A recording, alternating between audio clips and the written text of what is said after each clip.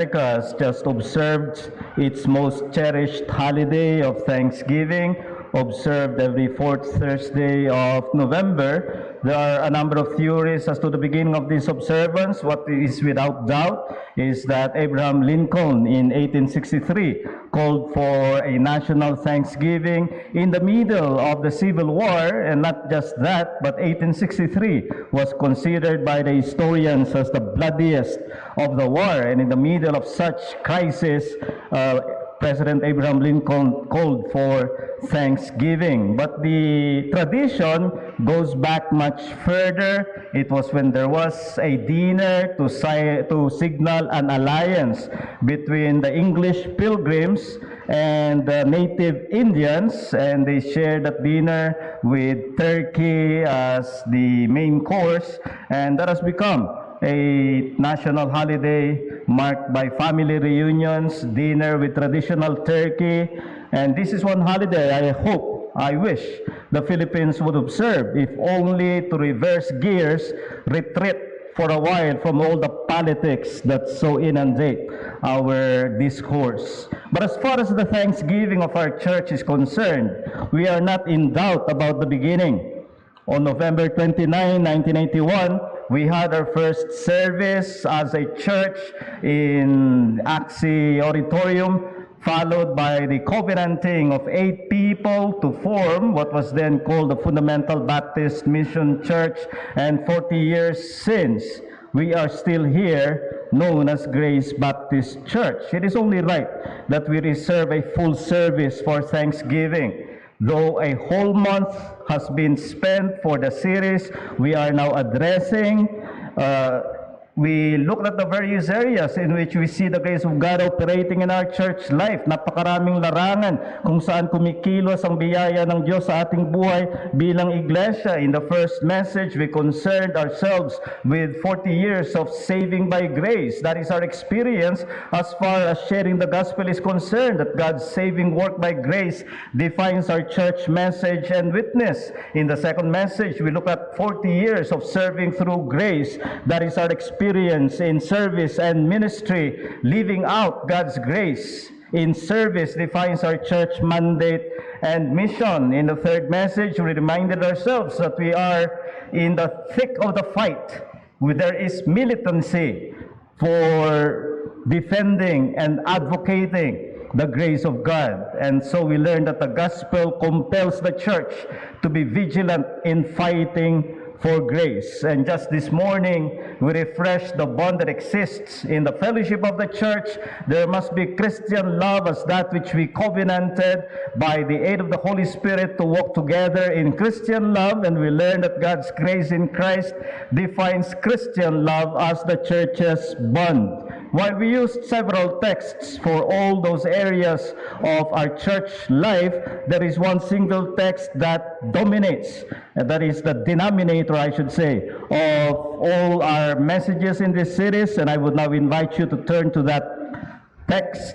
The text is John 1:16. You can read on the front of your shirt, those of you wearing our anniversary shirt, but I would like to read the context from verse 14 to verse 18. This is, as you know, the prologue of John's Gospel. John chapter 1, verses 14 to 18, concentrating on verse 16.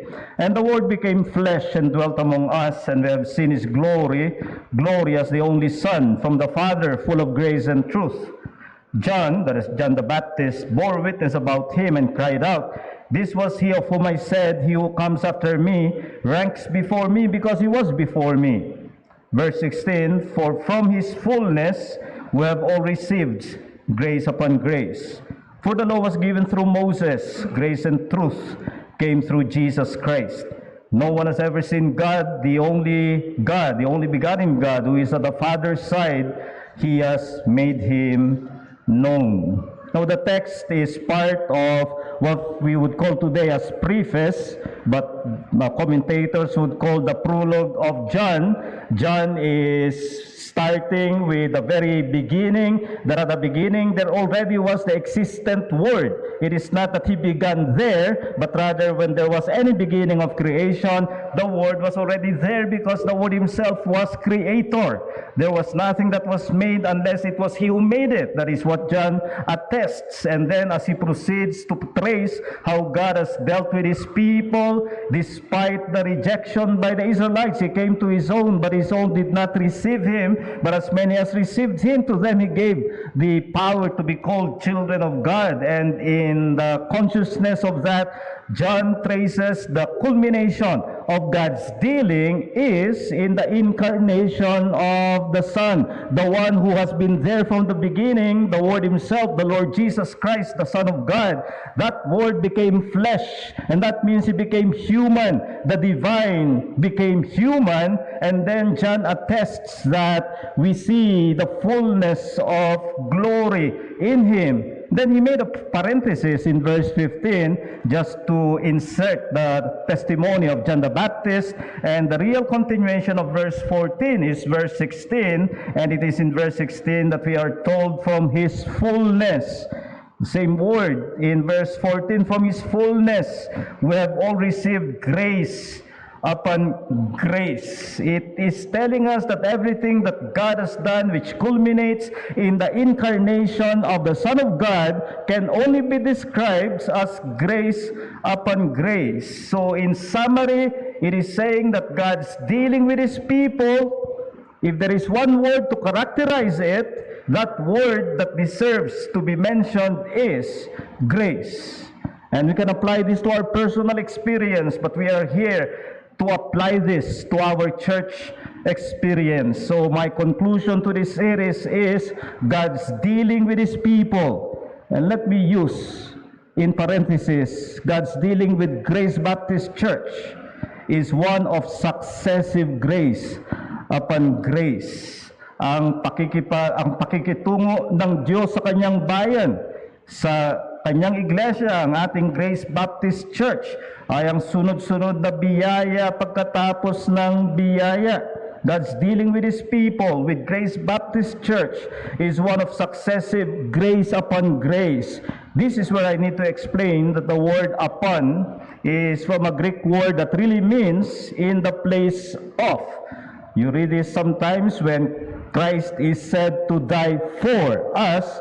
It is often the same preposition which means in the place of. It is substitution. But be careful that we do not understand this to mean that previous grace proves insufficient, that a new round of grace is needed in replacement.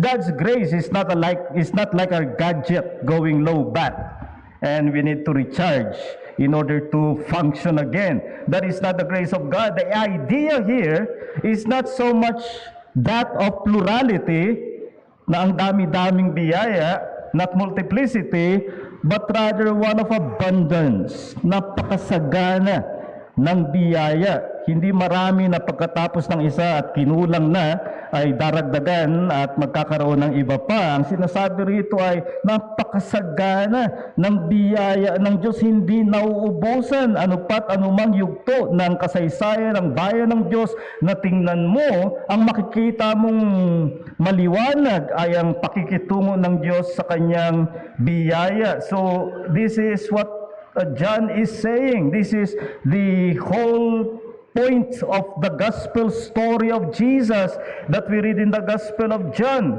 We can apply this to our church in numerous ways, but two thoughts just to evoke our thanksgiving in this service. The first is that there is more grace in God than sin in the church. Mas higit ang biyaya sa Diyos kaysa sa kasalanan sa iglesia. There is more grace in God than sin in the church. And secondly, there is such grace in Christ for sinners in the world. May gayong biyaya kay Kristo para sa mga makasalanan ng mundo. There is such grace in Christ for sinners in the world. And I trust this will evoke thanksgiving on our part, as I've said, forget for a while achievements and triumphs which we relish because of God's blessing. Let this be a time to acknowledge that it is because of grace upon grace. So the first is that there is more grace in God than sin in the church. Now, when John wrote his gospel, fortunately, he gave us his reason.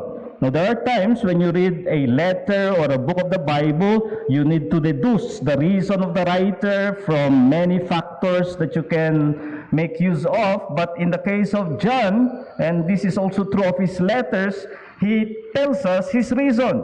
And therefore, it is irresponsible for any interpreter to just use the gospel without any reference to the reason. And the reason he states in John 20, 30, and 31 is that these are written, meaning the collection of signs that he gathered in his gospel. These are written that you may believe that Jesus is the Christ, and that believing you may have life through his name. So the purpose is that we may believe, whether it is about unbelievers who must come to faith or believers who must continue believing. The point of the gospel is to point to Jesus as the fulfillment of that which was promised in the Old Testament, the Christ, the Messiah, the Anointed One, who will fulfill the saving promise of God. And the result of believing in Jesus is that of John's favorite word for salvation, life. And this is not just life, the fact that we live, but rather life as eternal life, life that has God in it.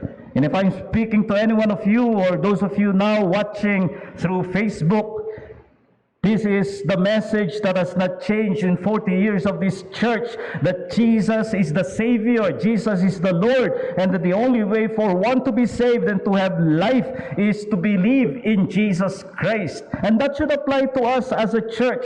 We are constituted of people who have received saving grace. And what it teaches us is that despite our sin after sin, there is grace upon grace in God through our Lord Jesus Christ.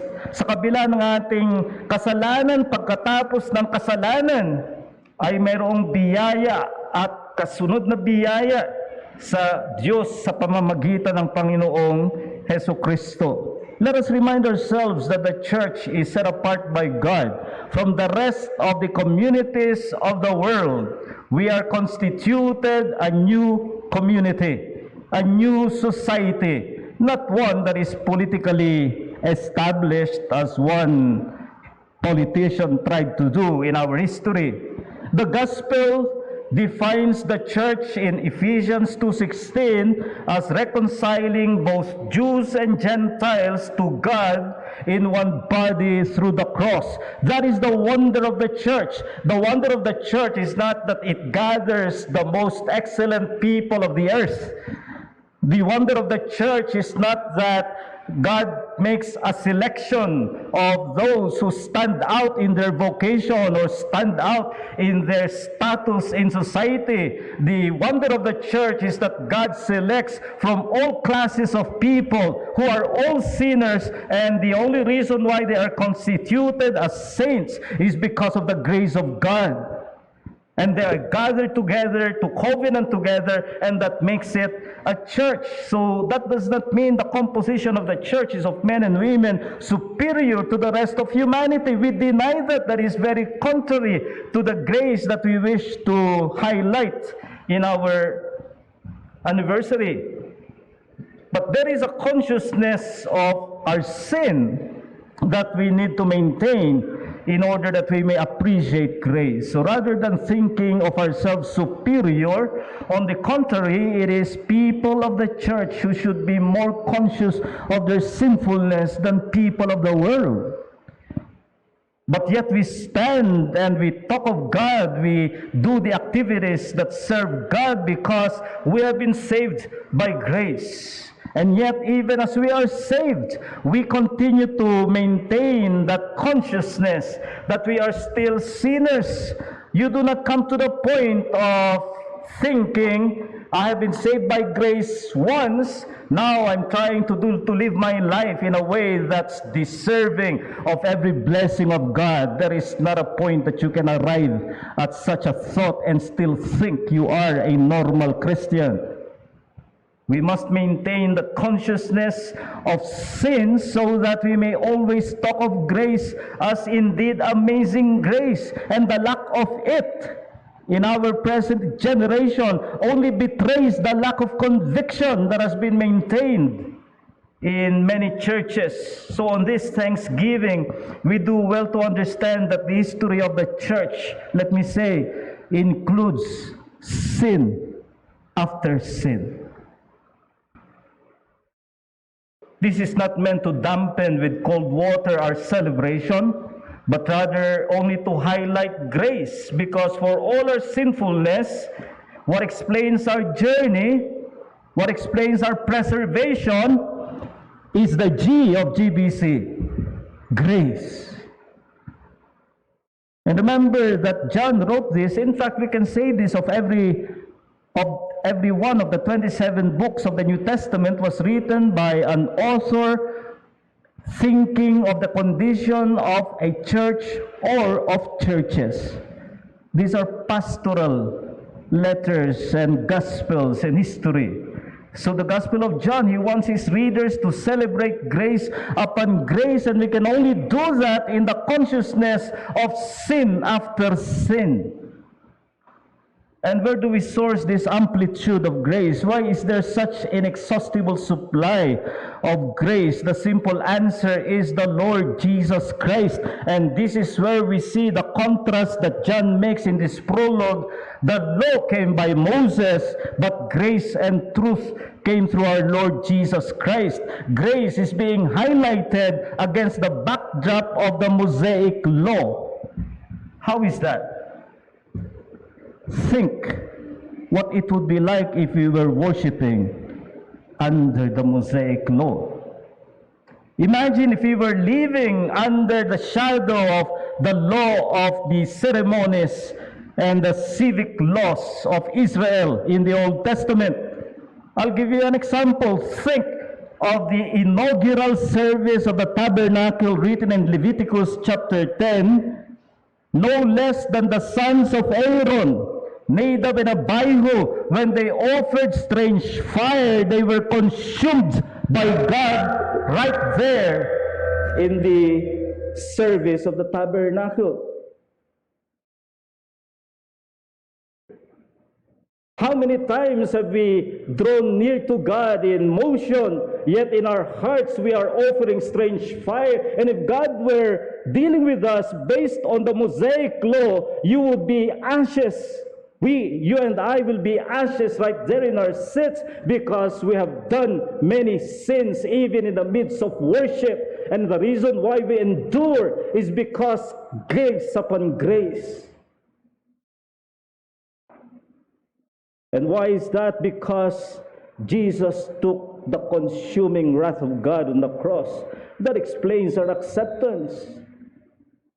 It's not that God simply relented from his judgment and forgot about our sins. No, the holiness of God will not allow him to forget sin. But rather, the reason why you and I are not consumed when we gather unworthily is because that consuming wrath of God has been meted out upon his Son. And that is what you need to know if you are to understand the gospel that John is recording. And the whole gospel of the scriptures is that that wrath which is just has fallen upon the Son of God. And if we are gathering many times unworthily, and you go home and you know you have worshipped deficiently, and yet you are preserved, attribute it to the grace of God. What if instead of grace upon grace, the text says demand upon demand, or duty upon duty? It reminds me of the Holocaust, the persecution of the Jews by the Nazis when they were being confined to the ghettos. The slightest infraction, they could be shot by capricious Nazi soldiers. What if God had dealt with us like that, but He doesn't? And why is that? Because of grace upon grace. It challenges us to esteem the church on the ground of God's graciousness in Christ. Itangi mo ang iglesia sa batayan ng pagkamabiyaya ng Diyos kay Kristo. Sinners that we are, we tend to be fault-finding and critical of fellow sinners. We are fault-finding of flaws that are easy to detect. But let me ask you, as I often ask myself, do you see more the faults of people than God could? If it appears already flawed to you, how much more does it appear to God, who the Bible says searches the hearts? The most inner recesses of our hearts, which nobody can detect, God can. And yet, wonder of wonders, we endure. He favors us even. And here we are, often critical, fault-finding, and so quick to judge the slightest fault of brethren. That is not thankfulness. Thankfulness is mindful of the grace of God. From the fullness of Christ we have received grace upon grace, not from our fullness. Can anyone really say he has come to church with fullness? I dare not claim it. I've been here 40 years. There have been times I felt brimful of gratitude, but still there is that hollowness I know because of sin. So where do we receive grace? John says, from the fullness of Christ. What a tragedy it would be if we ever imagine God would seek our fullness. But in our emptiness and deficiency, God accepts us in the fullness of Jesus Christ. So let us correct that spirit of fault-finding, being quickly critical, that overwhelms gratitude. Because I have been here for 40 years, I have seen more the periods of crisis due to sin. And I am full of gratitude that these 40 years, it is not because of what we are, but because of grace. I can point to any stage of the 4 decades when I could say, if it were left in my hand, I should wipe out this church. And yet God has not.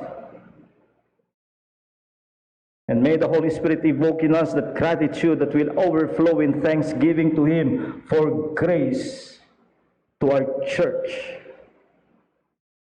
Just this week in our Grace Ministerial Academy lectures on history, I taught about the Anabaptist history. I don't agree with many of the Anabaptist position, but one thing they did, which was different from the magisterial reformers, as they are called, the magisterial reformers believed that the church can only advance in partnership with a magistrate. That's why they were called magisterial reformers, that is, with government. And the Anabaptists were pushing for a church that's separate from government because Jesus Christ can take care of His church. And many of them had to lay down their lives, shed their blood.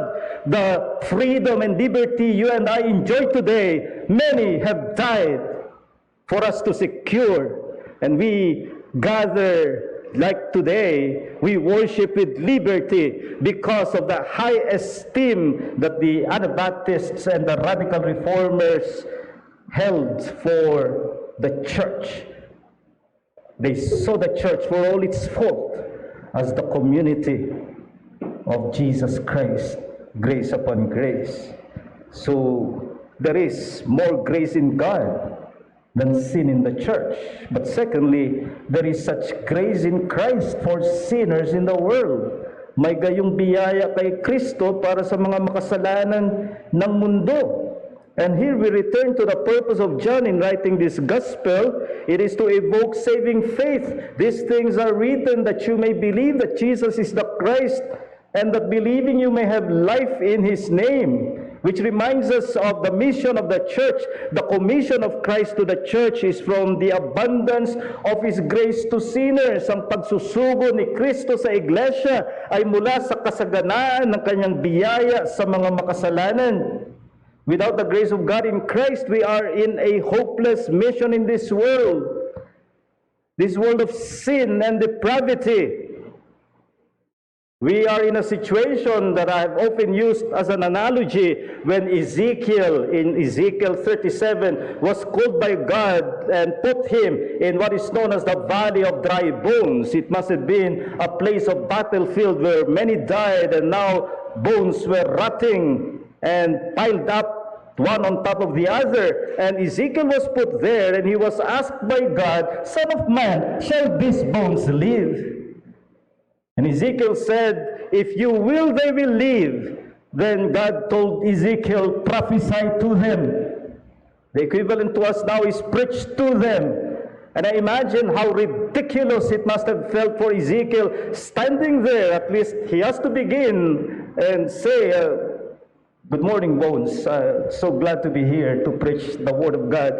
And he began to preach, and we are told the breath of God began to descend upon the bones, and the bones began to assemble. Flesh began to be added to the bones, and soon it became a host, a great host of God's army. That's what God's grace can do. We might as well preach to dry bones or to empty chairs and think that there would be conversion if it were not for the grace of God. But the reason there are conversions from the time that we began until now is because grace is moving and grace is breathing upon the word. That's the only reason why I preach. If I believe that gimmickry can do it, I'll run away from the ministry. And yet that is the fondness of generations today, of our generation today. Think of the latest gimmick to secure decisions and numbers. That's not what we have trusted, because right here in the Gospel of John, Jesus is recorded by John saying in John 6:44, "No one can come to me unless the Father has drawn him." Walang makalalapit sa akin maliban na siya ay patnubayan, siya'y hilahin ng biyaya ng Ama. At ganyan pa rin ang ating kalagayan bilang iglesia, para tayong mga walang bait sa mundong ito na ipinapangaral ang ebanghelyo ng kaligtasan sa mundong walang pakialam sa mga bagay kay Kristo. Ngunit nandoon at humihibik ang paanyaya ng ebanghelyo na ikaw ay maligtas. At kung ilang taon mo nang narinig ito, it might not be 40 years. You might have been here years in and years out, and you are here right in the 40th year of the church. You've heard the gospel time and again, and you have rejected it, perhaps politely, but you're still rejecting the gospel. You have not come to Christ. You have not cast yourself upon Him as the only Lord and Savior. And as we heard the testimony a while ago, it may be that you feel it's sufficient that you are coming to church, that you are going through the motions, and you are doing what others are doing, and you think that's enough. It is not, until you come to Christ. You have no life.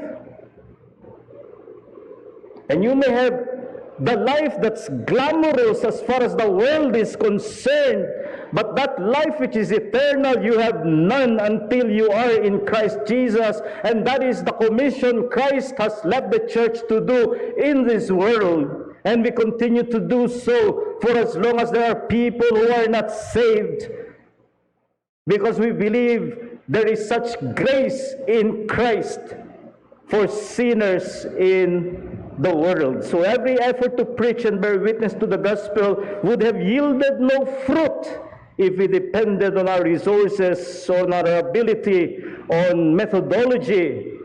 Our dependence is grace upon grace. But there have been fruits in surprising ways.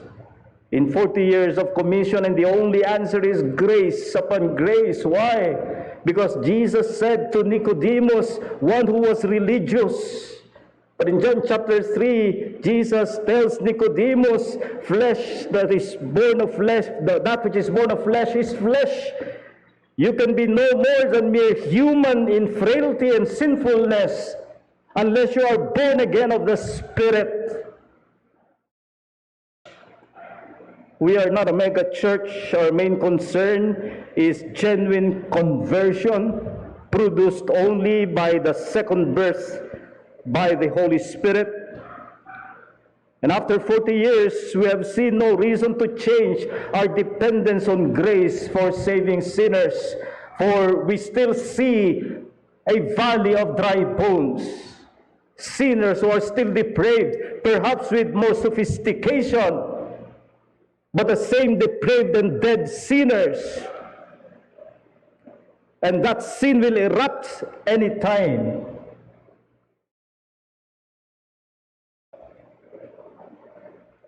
And this is what grace is able to do. To make a person truly functional in the way God has created him, designed him to be. A few days ago, I found my office scissor very tight. I was unable to use it until I bought a machine oil to apply on the joint that joins the two blades, and then it softens. That's what grace does. It softens the rust of sin so that you may function as you should. And you are not functioning as you should. Maybe you think you do because you have a good job, you have a good family, you have a good company, and yet you are outside the purpose of God until you are in Jesus Christ. And for the members, I call upon you as a challenge, refresh your commitment to mission with renewed confidence in the grace of our Lord Jesus Christ. Panariwain mo ang iyong pagbibigay ng sarili sa misyon ng Iglesia na may pagtitiwala sa biyaya ng Panginoong Hesukristo. Sinners have not become less depraved. They may be more sophisticated in their opposition to the gospel. And again, I appeal to those of you who have heard the message of the gospel for many years and still no movement to come. And that is still what you will do. You will hear the gospel in this hour the same way you heard it for many times, and you will go home, nothing has changed. You still have no Lord, you still have no Savior, you are still in your sin. And you have heard the invitation of the gospel for so long, and you are still in your sin. Whereas the grace of God is extended to you with such patience.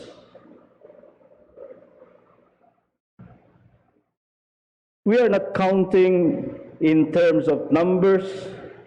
We do want conversion of sinners, but we want conversion that is produced by the Holy Spirit. So we are not after the title of a mega church.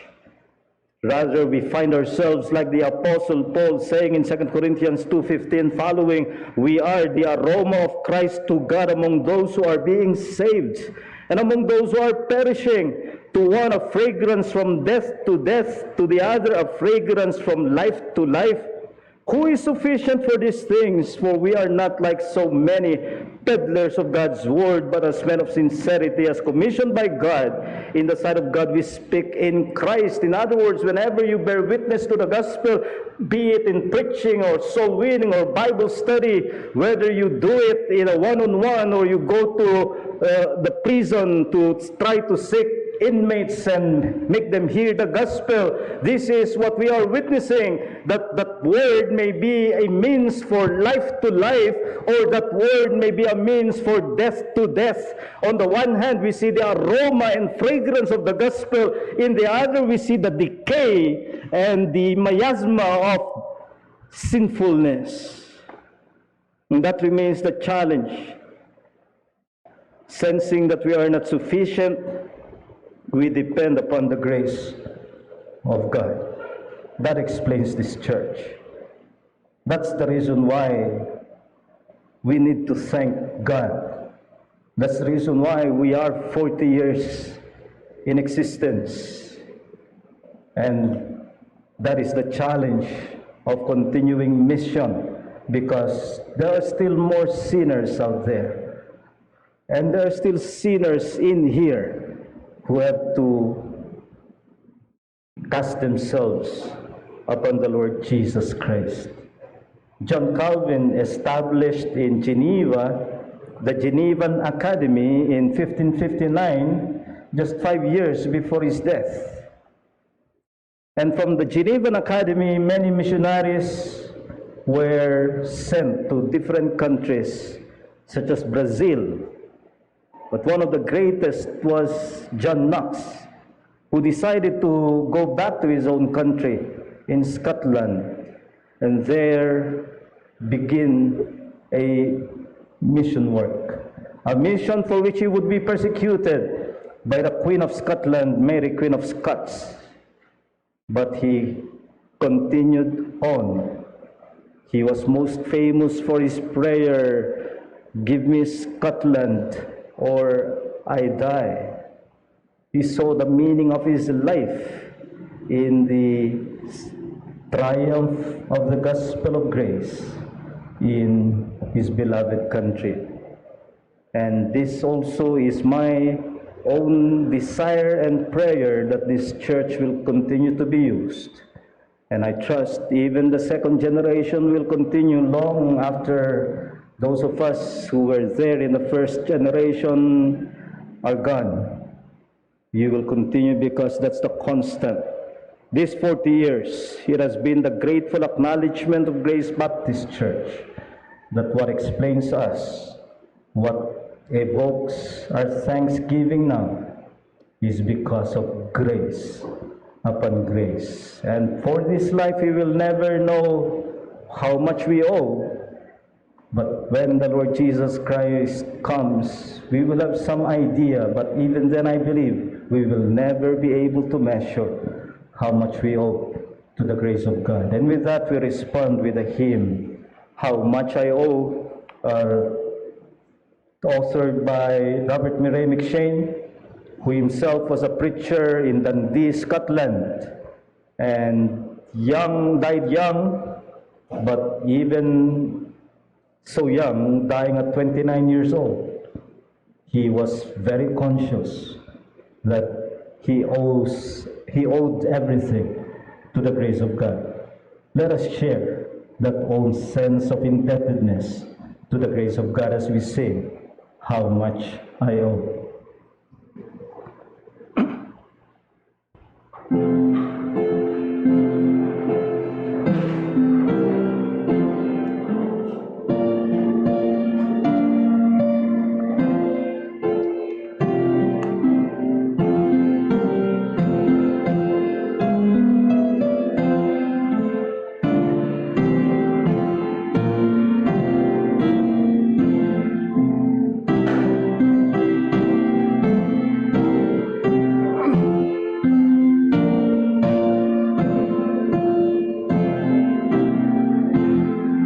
First verse altogether. When this passing world is gone, then I saw the radiant sun. When I stand with Christ on high, looking o'er life's history, then, Lord, shall I fully know, not till then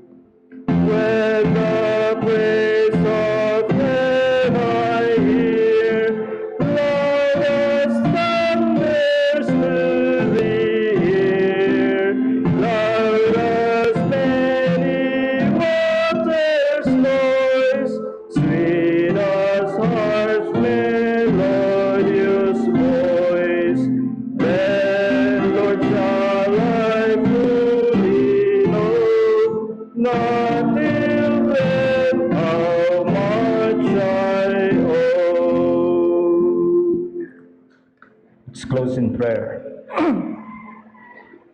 Our great God and gracious Heavenly Father, indeed may we share that conviction and persuasion that John here enunciates, that from his fullness, that is the fullness of Christ, we have seen grace upon grace.